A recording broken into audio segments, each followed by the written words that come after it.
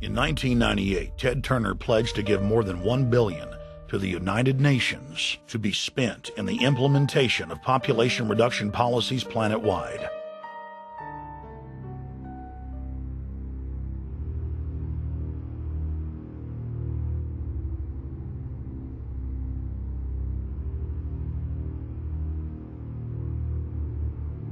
In 1999, the Bill and Melinda Gates Foundation gave $2.2 billion to Planned Parenthood, the United Nations Population Fund, and other population reduction groups. By 2007, the Gates had given more than $30 billion, almost exclusively to population control groups. The controlled corporate press cynically reported that the Gates were giving the money to help third world children. Bill and Melinda Gates were dethroned as the world's most generous philanthropists when their friend and fellow population reduction enthusiast, Warren Buffett, gave $37 billion to fund an army of population control groups. And I actually think the world will be much better when there's only 10 or 20% of us left. Dr. Eric Pianka.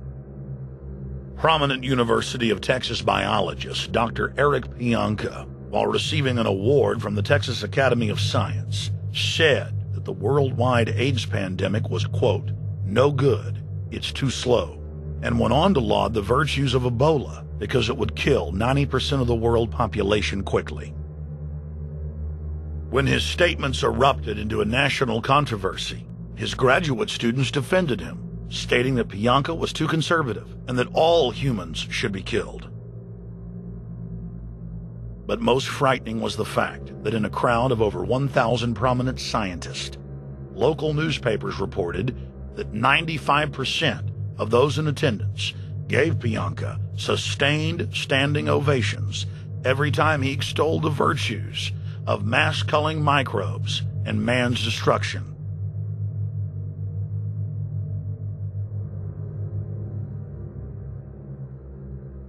China was able to turn the corner and become the leading world superpower because they have a police state and they are able to force people to stop reproducing. Dr. Eric R. Pianka. The eugenics movement has now shaken off much of its Nazi baggage and is using people's legitimate concern about the environment as a cloak to conceal their real agenda.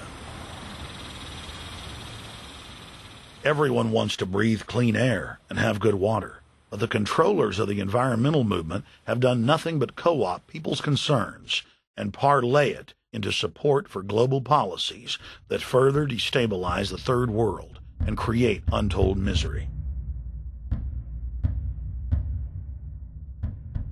Phony environmental and conservation groups are now the biggest private landowners in the world.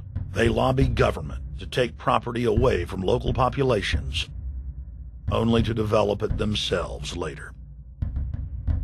When the U.S. military dumps millions of gallons of nerve gas on the east coast of the U.S., they don't say a word.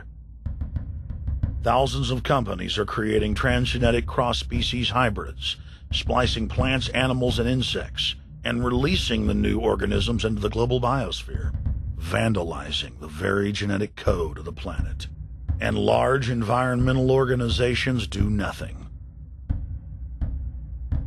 The corporate elite of the planet intensified their push for a global taxation system with a year-long build-up to the Live Earth hysteria held on July 7, 2007 on 7 continents.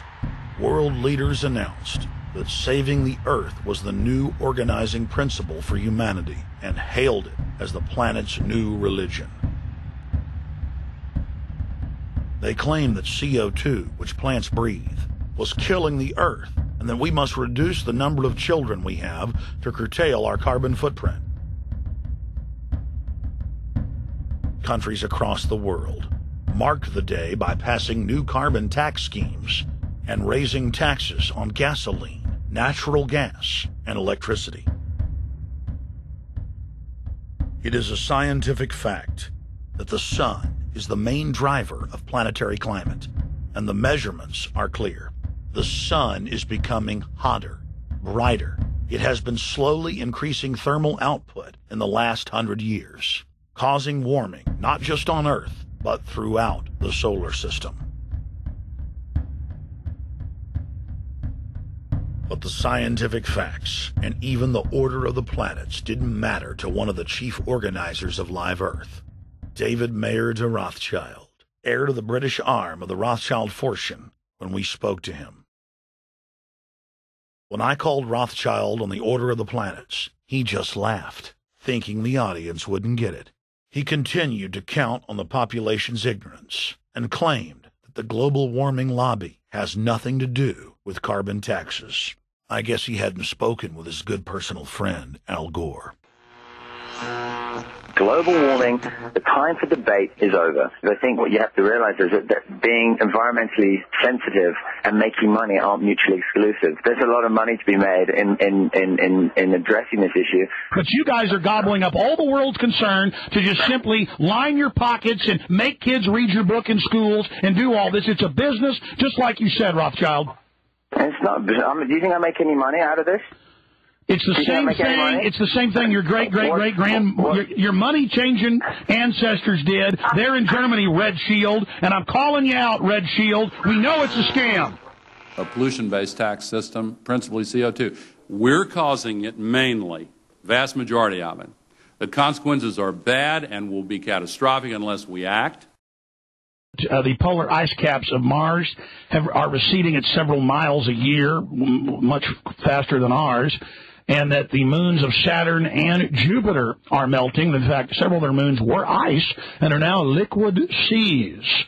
Now, how are SUVs causing that, David Rothschild? That's because those planets are closer to the sun, my friend. No, Jupiter and Saturn are not closer to the sun. Neither is Mars.